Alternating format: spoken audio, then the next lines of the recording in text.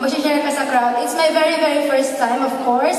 At ito po, pinaghandaan ko for 3 years. Pinangarap ko po talaga to. Sinulat ko na po yung script.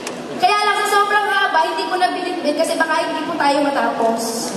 So, share ko lang po sa inyo yung konting story ng buhay ko. Ayan, yun po lang ako ng bata ko. Ipinanganak po ako mahirap. So, yung talagang totoong mahirap na yung tipong kakain ka na lang, ipapakain mo pa sa mga kapatid mo. Yung tipong kailangan mabusog muna sila bago ikaw. Mahaba ko kasi nag-separate yung parents ko kasi siguro 8 na kami magkakapatid. Sa kanila na-realize na hindi nila mahal yung isa't isa.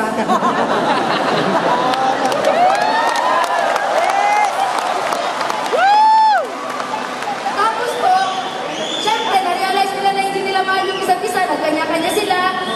Yung nanay, nag-asawa ng iba. Yung tatay, nag-asawa ng iba. Syempre, ako po yung naiwan sa gitna.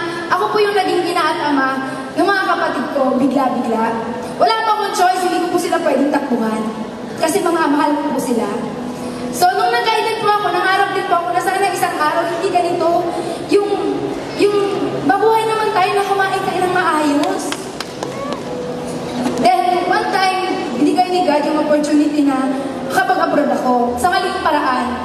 Kung yung mga OFW, nag-abroad for contract na mga 3 years, ganun-ganon, kontrata din po ako sa Japan.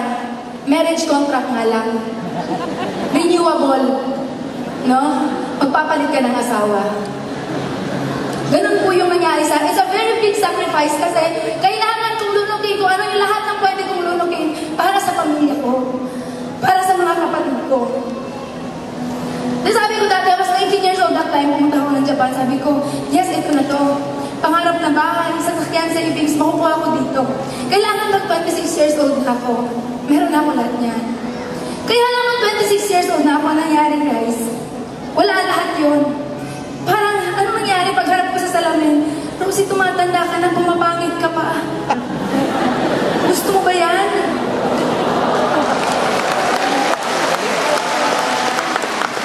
Walang babae na gusto mo humarap sa salamin. At titingnan yung sarili niya na grabe ang pangit-pangit mo. Walang babaeng ganun. Then that time, sabi ko, kakapanganak ko pa lang nung youngest ko, 3 months at that time, sabi ko, God, Ama, hingi naman ang opportunity, ginawa ko na lahat. No, kung butas ng parayo yung ipapasukin, pinasok na lahat dyan.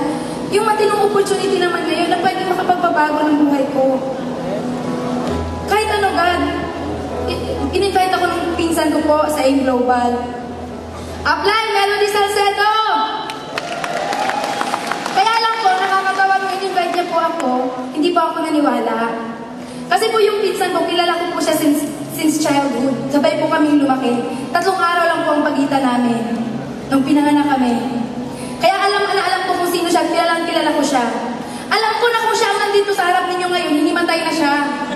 Ganon ka mahiyain yung pinsan ko. Kaya naniniwala kasi ako dati na ang networking kailangan maingay ka, madaldal ka, machika ka, mabuka ka. Hindi ka yayaman kung wala kang ganon. Kaya hindi ako naniwala sa pinsan ko. Pinalagpas ko yung 6 months. Until such time, humingi ako kay Ama na opportunity. Bumalik ulit na yung global pa rin. Pero this time naman, ang nag-invite na sa akin, si Apply Cliff Anthony Santillan, na nagkataon na apply naman ni Melody Salcedo. Yes, nagkabalak ka kay Apply, thank you.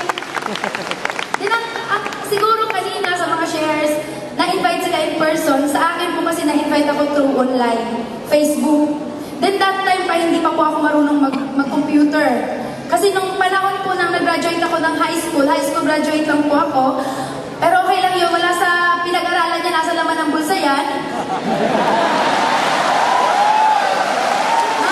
High school lang po ako, pero nung nag-start po ako ng Facebook, ganun po, nasa ng X, nasa ng Y. Diba? Kaya sabi ko sa apply ko, paano ko gagawin yung business?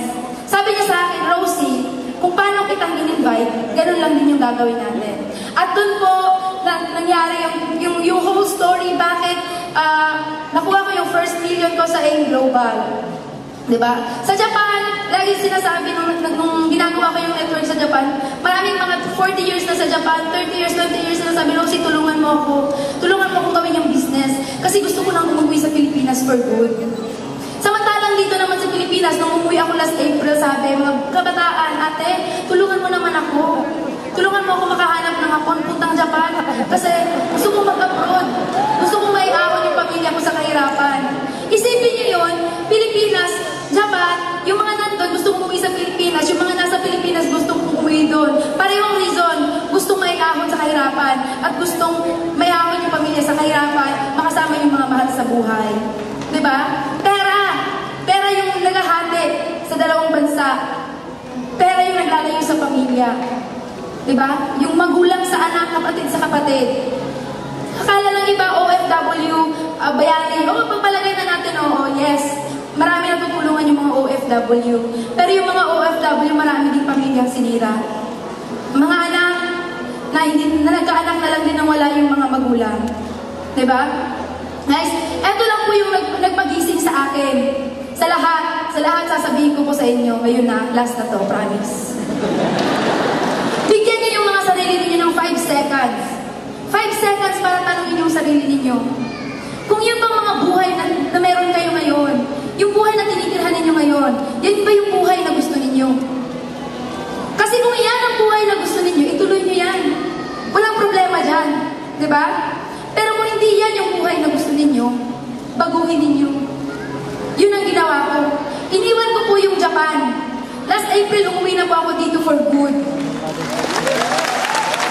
Diba?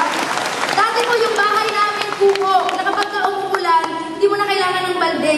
Tayo ka na lang talaga. Kasi wala ka nang mahihigaan. Nung na-Japan pa ako, nagbago naman siya ng konti lang. Pero ganun pa rin. Pero nag-aim global na po ako. Binili ko po yung bahay namin ngayon ng mga anak ko dyan sa Davao. Worth 4 million. Then last Wednesday lang po. Sabi ko, hahataw muna ako. After yung bahay, sabi ko, hahataw muna ako talaga. Mga 6 months pa bago ako maglalabas ng sasakyan. Kaya sabi ko, paano ako makakahataw sa buong Mindanao kung wala akong sasakyan? Last Wednesday po, hindi sinasadyang na ilabas ko po yung Ford Everest ko. Kulay red, parang maganda. Thank you so much. Sana may natutunan kayo sa mga sinabi ko. And of course, Amon Dragon! Mga Dragon! Thank you so much sa suporta sa grupo. Upline Alburo family, thank you so much. At lalong-lalo na sa aking mga international partners from Hong Kong, Riyadh, Singapore, Cyprus, Canada, at lahat-lahat na. Thank you po. Maraming salamat.